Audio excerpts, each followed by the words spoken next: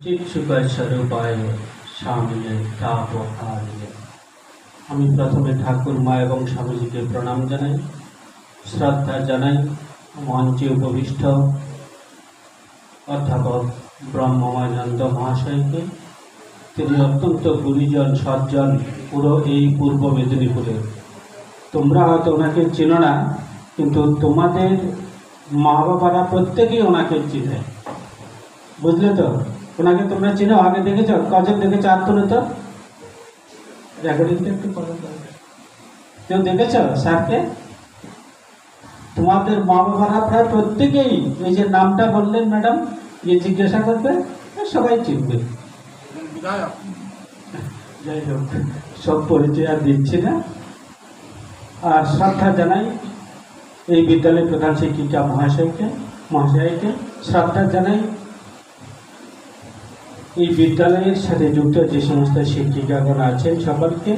সর্বোপরি আমার সামনে তোমরা যারা এতক্ষণ দীর্ঘক্ষণ ধরে বক্তৃতা শুনছো, বক্তৃতা শুনে শুনে একটু ক্লান্ত হয়ে গেছো, কেউ কেউ দেখছে একটু মাথাও হেলান দিয়ে দিচ্ছে, ভাবছে যাক আবার একজন উঠলো, আরো কতক্ষণ যে বলবে, আরো কতক্ষণ নিচে বসে থাকতে হবে। তবে এইটুকু আশ্বস্ত করছি, খুব বেশিক্ষণ বলবো না। স্যার বলছিলেন না, আমরা যখন ছাত্র ছিলাম তখনও আমাদের এমন বলতে চুপ কর, আর তোমরা সুন্দরভাবে বসে আছো। তো তার জন্য তোমাদের তো একটা ধন্যবাদ পেতে হয়, তাই না? তার জন্য এই যে হাঁটু মুড়ে বসে আছো, তাতে একটু কষ্ট হয়, আমরা বুঝতে পারি। বেশিক্ষণ বলবো না, 20-25 মিনিট যা বলার তার মধ্যে আমার বক্তব্য বলে শেষ করে দিচ্ছি। মূল্যবোধ শিক্ষা বর্তমান যুগে, বর্তমান কালে অতি প্রাসঙ্গিক একটি বিষয়। আমরা যদি সারা ভারতবর্ষের দিকে দেখি, শুধু ভারতবর্ষ নয়, সারা বিশ্বের দিকে যদি আমরা দেখি, আমরা দেখতে পাই ভারতের মানুষ উচ্চশিক্ষায় শিক্ষিত হচ্ছে, সারা বিশ্বের মানুষ উচ্চশিক্ষায় শিক্ষিতের সাথে সাথে উন্নত কারিগরি বিদ্যা আয়ত্ত করছে। কিন্তু একটা জায়গায় আমাদের দেশ, মনে হয় যেন আমাদের দেশ নয়, সারা বিশ্ব খুবই ভাবিত। উপযুক্ত মানুষ, স্বামী বিবেকানন্দ বারবার বলছিলেন, মানুষ চাই মানুষ, বাকি সব হইয়া যাইবে। টাকায় কিছু হয় না, মানুষ চাই মানুষ, বাকি সব হইয়া যাইবে।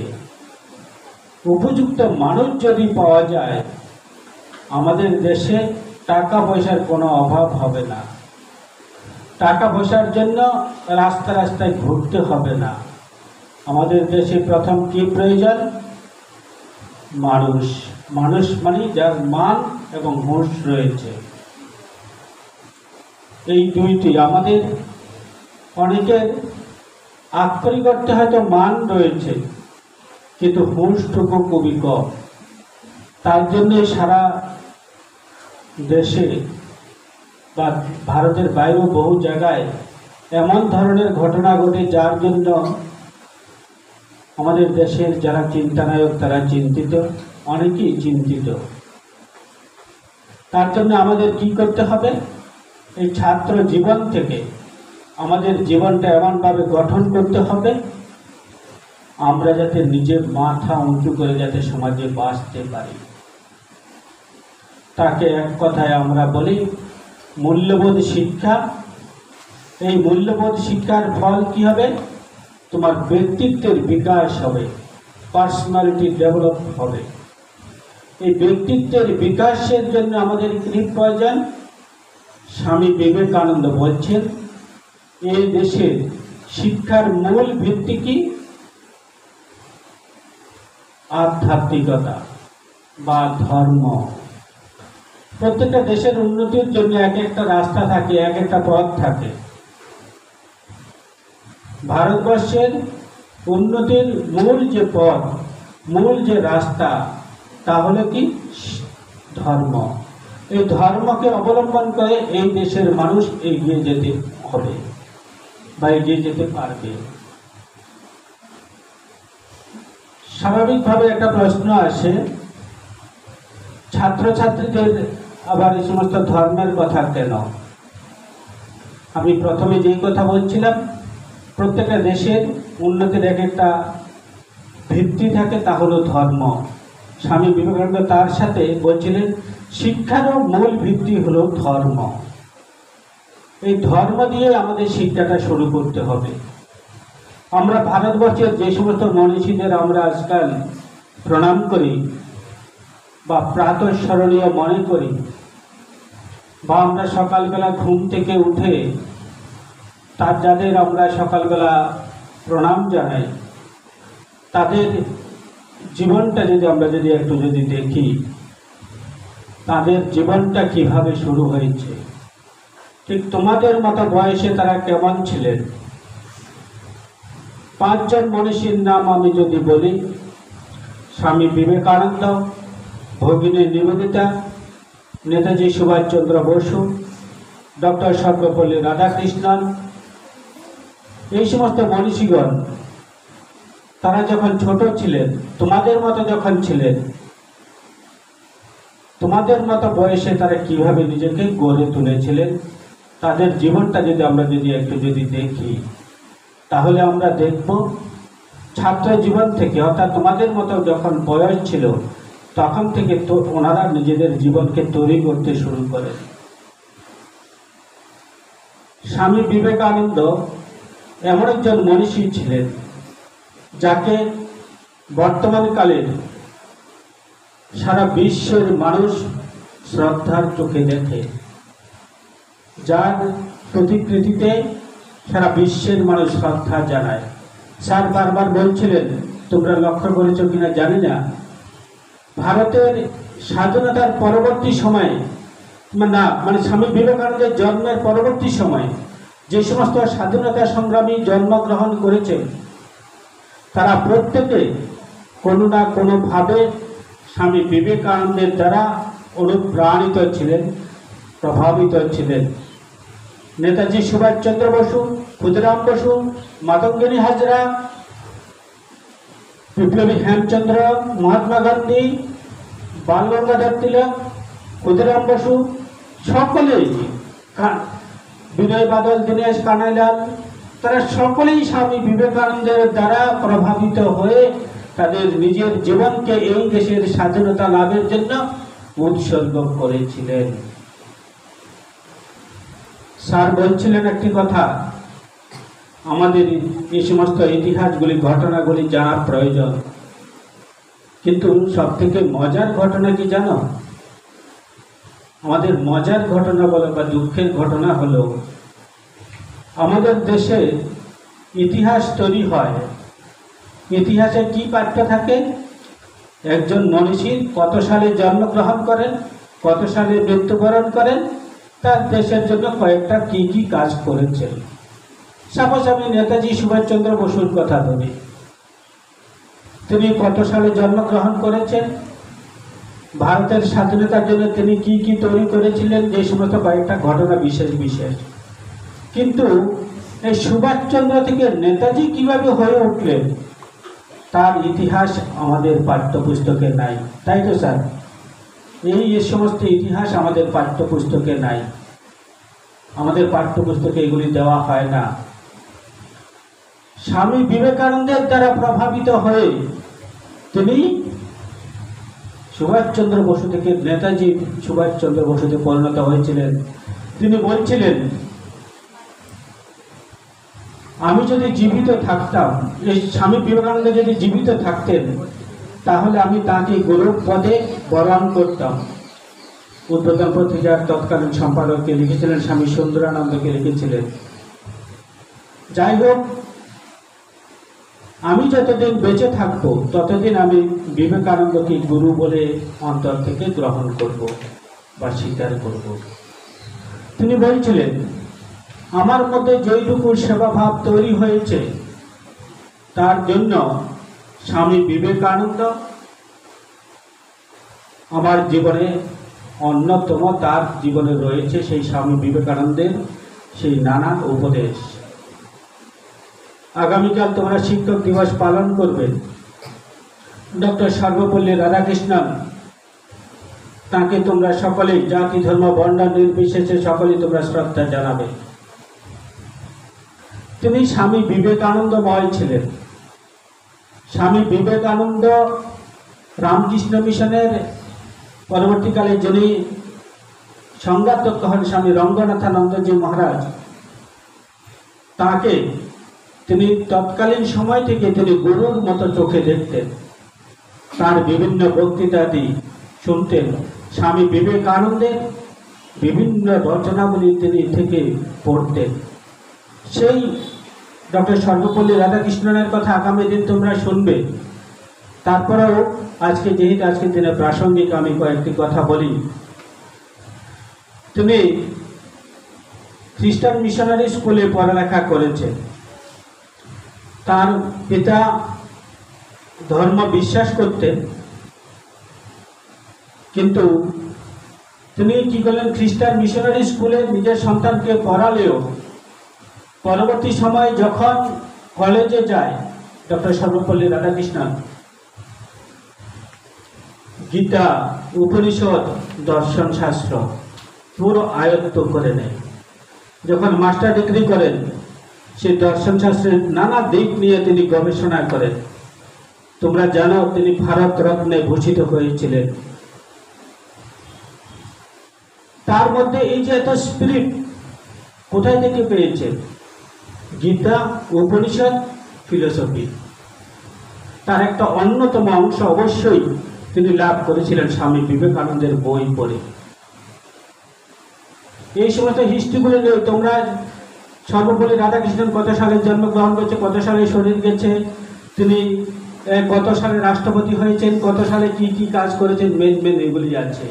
কিন্তু সর্বপল্লী রাধাকৃষ্ণন কিভাবে তিনি নিজেকে তৈরি করেছেন, ভারতের যে অধ্যাত্ম শাস্ত্রের যে সমস্ত বইগুলি রয়েছে, ফিলোসফি রয়েছে, দর্শন শাস্ত্র রয়েছে, গীতা উপনিষদ রয়েছে, কিভাবে তিনি গিলে খেয়েছেন, অর্থাৎ ভারতীয় সংস্কৃতিকে তিনি জেনেছেন কিভাবে, সেই সমস্ত কথাগুলি আমাদের আরো বেশি বেশি করে জানা দরকার। তোমরা যখন একাদশ শ্রেণীতে যাবে, অনেকে যাবে, এখানে সামনের বছরই যাবে, সেখানে রয়েছে ভগিনী নিবেদিতার লেখা মাস্টার রেজা সোহিন থেকে 2টি চ্যাপ্টার রয়েছে, কল টু দ্য নেশন থেকে একটা আনসিন কিছু chapter, call to the nation থেকে সেখান থেকে আসবে কিছু, পরীক্ষার খাতায় নাম্বার যোগ হবে না, মোরাল এডুকেশন। এই যে মোরাল এডুকেশনের কথা আজকাল সকলেই ভাবছে, আমাদের ছাত্রছাত্রীদের এই যে মোরাল এডুকেশনটুকু দেওয়া খুব প্রয়োজন, খুব বেশি বেশি প্রয়োজন। কিন্তু এই সমস্ত শিক্ষাতে আমাদের দেখতে হবে যে আজকে আমরা যাদের প্রণাম করছি তাদের জীবনটা কিভাবে শুরু হয়েছে। স্বামী বিবেকানন্দ যখন ছোট ছিলেন, তার বাড়িতে অনেকগুলো হুকো ছিল, কোনোটা হিন্দু, কোনোটা মুসলিম, কোনোটা খ্রিস্টান, কোনোটা ব্রাহ্মণ, কোনোটা কায়েত ইত্যাদি নানা সম্প্রদায়ের জন্য নানাভাবে ভাগ করা ছিল। স্বামী বিবেকানন্দের একদিন গিয়ে প্রত্যেকটা হুকো থেকে কান দিয়ে দিয়ে দেখছেন। তার পিতা বিশ্বনাথ দত্ত বলছে, আরে কি করছো তুমি, কি করছো এগুলি সব, যে বিভিন্ন জাতের হুকো রাখা আছে এখানে। বলছে, না দেখছি কিভাবে জাত যায়, এর হুকো খ্রিস্টানের হুকো হিন্দুরা খেলে, বা একজন মুসলিমের হুকো হিন্দুরা যদি মুখে দেয় তাহলে জাত কি করে যায়, ওইটা আমি দেখছি। স্বামী বিবেকানন্দের ছোট থেকে তার মধ্যে জাতি ধর্ম বর্ণ বিভেদ ছিল না। তোমরা হয়ে যাবে, স্বামী বিবেকানন্দ যেখানে জন্মগ্রহণ করেন, একটু আগে ছাত্রীবলটি বলছিল, তার স্বরচিত কবিতার মধ্যে ছিল কলকাতার সিমলা অঞ্চলে। সেখানে গেলে তোমরা অবাক হয়ে যাবে, সারা বিশ্ব থেকে জাতি ধর্ম বর্ণ নির্বিশেষে হিন্দু মুসলিম খ্রিস্টান এক লাইনে দাঁড়িয়ে স্বামী বিবেকানন্দকে শ্রদ্ধা জানাতে আসছে। ডেইলি শত শত ছাত্র ছাত্রী যায়, স্বামী বিবেকানন্দকে শ্রদ্ধা জানানোর জন্য হিন্দু, মুসলিম, খ্রিস্টান তাদের মধ্যে কোনো ভেদ থাকে না, কারণ স্বামী বিবেকানন্দ সংকীর্ণ একটা গণ্ডের মধ্যে তার ধর্মকে সীমাবদ্ধ রাখেননি। তিনি কি বলেছিলেন? একজন হিন্দু সে আরো ভালো হিন্দু হতে হবে, একজন মুসলিম সে আরো ভালো মুসলিম হতে হবে, একজন খ্রিস্টান সে আরো ভালো খ্রিস্টান হতে হবে। অর্থাৎ নিজের নিজের ধর্মটাকে আরো বেশি করে ভালোবাসতে হবে। শুধু নিজের ধর্ম নিয়ে এই যে আমার ধর্ম ভালো, তোমার ধর্ম খারাপ, তোমারটা ভালো, আমারটা ভালো নয়, এই নিয়ে বিভেদ নয়। যে যেখানে আছো তার নিজের নিজের ধর্মটাকে আরো বেশি বেশি করে ভালোবাসার কথা স্বামী বিবেকানন্দ শিক্ষা দিয়েছিলেন। তাই স্বামী বিবেকানন্দ আমাদের প্রাতঃস্মরণীয়, শুধু আমাদের নয়, সারা বিশ্ববাসীর প্রাতঃস্মরণীয়। স্বামী বিবেকানন্দ, নেতাজি সুভাষচন্দ্র বসু যখন ছোট ছিলেন, তার এক দূর সম্পর্কীয় আত্মীয়ের আলমারিতে স্বামীজির লেখা কিছু বই দেখতে পান। সেখান থেকে তিনি কি করেন, বইটি নিয়ে পড়াশোনা শুরু করেন। পড়তে পড়তে এত ভালো লেগে যায়, তারপর অনবরত তিনি পড়ে যাচ্ছেন। এই আমার বলার সময় কিন্তু কেউ উঠা যাবে না, আমার বলার সময় কেউ উঠা যাবে না। আজ ওই ছাত্রছাত্রী 150 জন, তার মধ্যে 50 জন বাইরে চলে গেলে কিভাবে হবে? তো নেতাজি সুভাষচন্দ্র বসু স্বামীজির রচনাবলী কিছু একটা অংশ নিজের হাতে পান। সেখানে তিনি দেখতে পান স্বামীজির লেখার বিভিন্ন অংশগুলি পরে এত মোহিত হয়ে পড়ে, তিনি তার পরে স্বামীজির রচনাবলীর অন্যান্য অংশগুলো একটা করে তিনি পড়তে থাকেন।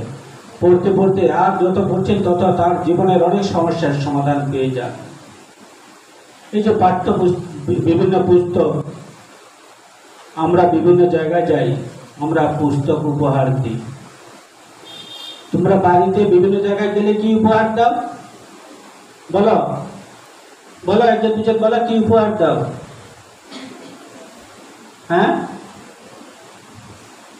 ঘড়ি, মোবাইল ফোন, তারপরে একটু স্বর্ণ অলঙ্কার একটু বেশি দামি উঠলে, তাই তো? হ্যাঁ, আর আমরা কি দিই? বই। তোমাদের জন্য বই উপহার নিয়ে এসেছি আজকে সবার জন্য, সবাইকে দেবো একটা করে বই। আর যারা বিভিন্ন প্রতিযোগিতায় প্রথম, দ্বিতীয়, তৃতীয় হয়ে যায় তাদেরকে আমরা বই দেব। কেন দেব? এই বইটি যদি থাকে তোমার কাছে, হয়তো তুমি হয়তো সময়ের অভাবে পড়লে না, বা তোমার অনিচ্ছাকৃতে তুমি পড়লে না, কিন্তু দেখা যাবে তোমার 2 পুরুষ পরে হলে একজন এই বইটা পড়ে অনুপ্রাণিত হবে। স্বামী বিবেকানন্দের যে বন্ধু, তার কথা কোথায় লেখা নেই। নেতাজি সুভাষচন্দ্রের যে দূর সম্পর্কের আত্মীয়, তার কথা কোথায় লেখা নেই, কিন্তু যে তার কথা আজকাল আমরা সবাই জেনে গেছি। কেন? সুরিত মিত্রের, তার কথা আমরা জেনে গেছি। সুরিতচন্দ্র, টাইটেলটা আমার ঠিক মনে নেই, সুরিত কি মনে, যে সুরিত নেতাজি সুভাষচন্দ্রের দূর সম্পর্কের আত্মীয়। তো ওনার কথা আমরা জেনে গেছি কিভাবে? আমরা জেনেছি তার কাছ থেকে বই নিয়ে পরে নেতাজি সুভাষচন্দ্র বসু সুভাষ থেকে নেতাজিতে পরিণত হয়েছিলেন। স্বামী বিবেকানন্দকে এতটা ভালোবেসেছিলেন। তোমার কাছে হয়তো একটা বই দিলাম, তুমি নিজে পড়লে না, তার পরবর্তী প্রজন্ম এসে তোমার কাছে বা তোমার একজন বন্ধু বা বান্ধবী নিয়ে বইটা পড়ে তার জীবনটাই পরিবর্তন হয়ে গেল। তাহলে বুঝতে পেরেছ একটা বইয়ের গুরুত্ব কত বড়? তার জন্য আমরা বই দিয়ে থাকি। তুমি তোমার নিজে কাজে এলো না, তোমার 3 পুরুষ পরে 30 বছর পরে বইটা কাজে লাগতে পারে, 50 বছর পরেও বইটা কারো না কারো জীবনে কাজে লেগে যাবে। আর যদি একটা মোবাইল ফোন যদি দিই তাহলে কয়দিন থাকবে? 2 বছর, 3 বছর। প্রথম আজকেই যাওয়ার সময় খুব চারিদিকে হইহট্টগোল হবে, রামকৃষ্ণ মিশন মোবাইল ফোন দিয়েছে, কি আনন্দ কি আনন্দ। কিন্তু 3 বছর পরে মোবাইল ফোনটা নিয়ে জলে। আর যে বইটা, এত মোটা মোটা বই তুই পড়বি, আবার তোর কেন এগুলো পড়তে হবে না, তোর এখন পড়তে হবে স্কুলের পড়াগুলো। কি বলবে মা বাবারা, রেখে দে এগুলো বড় হলে পড়বি, বড় হলে। নেতাজি সুভাষচন্দ্র বসুর বয়স তখন 13 বছর 8 মাস। ওই বয়সটা তোমাদের অনেকেরই হয়ে গেছে, অনেকেরই। ওই বয়সে তিনি পড়াশুনো করেছিলেন। বড় হলে কাজে লাগবে না, এখনই পড়তে হবে গিয়ে বইগুলি, ঠিক আছে? এবং তোমরা না পড়ার ভবিষ্যতে হলেও এই বইগুলির একটা গুরুত্ব আছে, যারা পড়বে তাদের কাজে লাগবে। তার জন্য নেতাজি সুভাষচন্দ্র বসু কি হয়েছিলেন পরবর্তী সময়? প্রচুর তিনি সেবা কার্যের সাথে যুক্ত ছিলেন। জেল থেকে বেরিয়েছেন, শরীরে শক্তি নাই, তারপরেও তিনি কি করলেন? সেখান থেকে বের হয়ে তিনি বন্যায় প্লাবিত যে সমস্ত মানুষ আছে তাদের জন্য সেবা করতে বেরিয়ে গেলেন। হাঁটতে পারছেন না, তারপরেও তিনি বেরিয়ে গেলেন। এই স্পিরিট তিনি নিজে পরবর্তী সময় বলছেন, এই যে দেশের সেবার এই যে ভালোবাসাটা আমি কোথায় থেকে পেয়ে যাই? হয়তো বিবেকানন্দ, রামকৃষ্ণ বিবেকানন্দকে না পড়লে আমি হয়তো পেতাম না। ভগিনী নিবেদিতা মাত্র 8 বছর বয়স। বাবা ছিলেন একজন ধর্মযাজক খ্রিস্টান চার্চে। বাবার কাছে বিভিন্ন ধর্মের কথা শুনতেন। তার পিতামহ ছিলেন ধর্মযাজক, মাতামহ ছিলেন তিনি আয়ারল্যান্ডের মুক্তিযোদ্ধা। স্বাভাবিকভাবে তার মধ্যে ছোট থেকে ধর্ম এবং দেশের স্বাধীনতার ভাবটা তার রক্তে প্রবেশ করেছিল। তার জন্য তিনি যখন শুনলেন ভারতবর্ষের মানুষ, স্বামীজির মুখে যখন শুনলেন ভারতবর্ষের নারীদের জন্য এখন শিক্ষার প্রয়োজন, তিনি নিজের দেশে আর স্থির থাকতে পারলেন না। তিনি যখন জানতে পারলেন তারই জাতি ভাইরা এই দেশের 200 বছর ধরে মানুষকে শাসনের নামে শোষণ করছে, সেই শোষণের হাত থেকে রক্ষা করার জন্য, তোমাদের মতো ছাত্রীদের লেখাপড়ার সুযোগ করে দেওয়ার জন্য নিজের দেশ, মা, ভাই, বোন সবাইকে ছেড়ে তিনি আমাদের দেশে চলে আসেন। ভাবতে পারো, ইংল্যান্ড থেকে তিনি এখানে চলে আসেন আমাদের দেশের মানুষের সেবা করার জন্য। এই প্রভাব, এই ভাবটা ছোটবেলা মাত্র 8 বছর বয়স, বাবার কাছে বিভিন্ন ধর্মের কথা শুনতে। 8 বছর বয়স থেকে, তোমাদের 8 বছর থেকে বয়স বেশি হয়ে গেছে এখন। তো আমাদের একটা কথা আছে, ছাত্রানাং অধ্যয়নং তপ।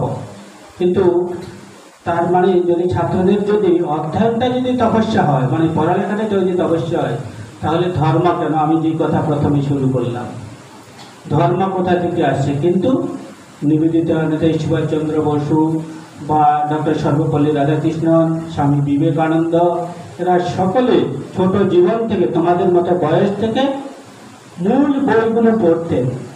তার পাঠ্যপুস্তকের পাশাপাশি যে সমস্ত বই পড়ে মানুষের উপকার হয় সেই সমস্ত বইগুলো ওনারা পড়তেন। মানুষের কাজে লাগবে, নিজের উন্নত হবে, নিজের পায়ে। স্বামী বিবেকানন্দ কি বলছেন? যে শিক্ষা নিজের পায়ে দাঁড়াতে সাহায্য করে না, সেই শিক্ষা শিক্ষা নয়। আর আমাদের শিক্ষার উদ্দেশ্য কি?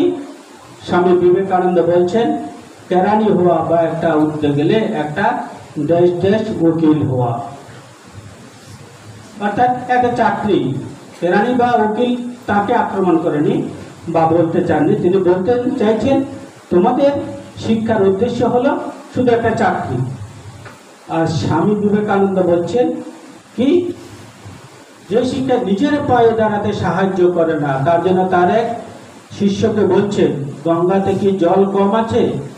রাস্তায় না ঘুরে ওই গঙ্গার জলে গিয়ে মর, ডুবে মর। কেন? চাকরি দাও বলে রাস্তায় ঘুরবে না। ভালোভাবে লেখাপড়া করে তারপর নিজের বুদ্ধিটাকে কাজে লাগিয়ে নিজের দেশের কাজে লাগাও। কিভাবে? নিজের কারিগরি বিদ্যা আমাদের দেশে কাজে লাগিয়ে, শিল্পবিদ্যা বিভিন্ন বিদ্যাকে কাজে লাগিয়ে, প্রযুক্তিকে কাজে লাগিয়ে, নিজের গ্রামে গ্রামে ওই বুদ্ধিকে কাজে লাগিয়ে উন্নত করার চেষ্টা করো। তাই স্বামী বিবেকানন্দ বা যে সমস্ত মনীষীগণকে আমরা প্রাতঃস্মরণীয় মনে করি, তাদের সকলের জীবন আমাদের পড়া দরকার এখন থেকে। পাঠ্যপুস্তক পড়বে, পাশাপাশি যার কাছে যেই মহাপুরুষের জীবন ভালো লাগে, আল্লাহ গড়, স্বামী বিবেকানন্দ, যার কাছে যাকে ভালো লাগে তাদের জীবনীটা একটু একটু করে পড়বে, দিনে অন্তত 30 মিনিট হলেও পড়বে। তাহলে তোমাদের জীবনে এই যে প্রথম যে কথা দিয়ে শুরু করেছিলাম, আমাদের এখন সব থেকে বেশি প্রয়োজন মূল্যবোধ শিক্ষা। তাহলে আমাদের মূল্যবোধ শিক্ষা ঠিক কাজে লাগবে, আমরা নিজেরা দাঁড়াতে পারবো নিজের পায়ে, অন্যের উপর কাছে হাত পাততে হবে না। সবাইকে অনেক অনেক ধন্যবাদ জানিয়ে আমার বক্তব্য এখানে শেষ করলাম।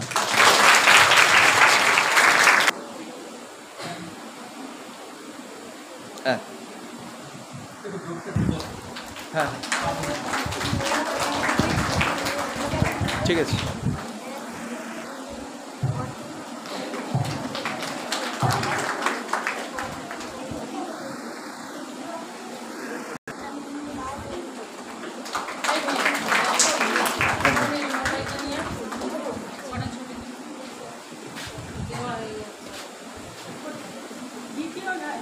ওদিক থেকে না, ওদিক থেকে না, ওদিক থেকে না, ওদিক থেকে না।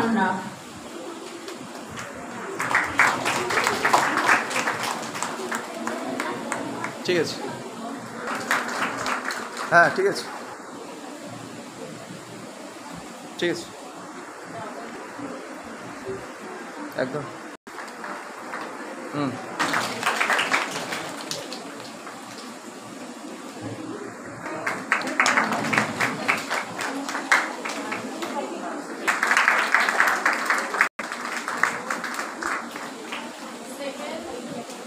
দ্বিতীয় হয়েছে তানিয়া প্রামাণিক।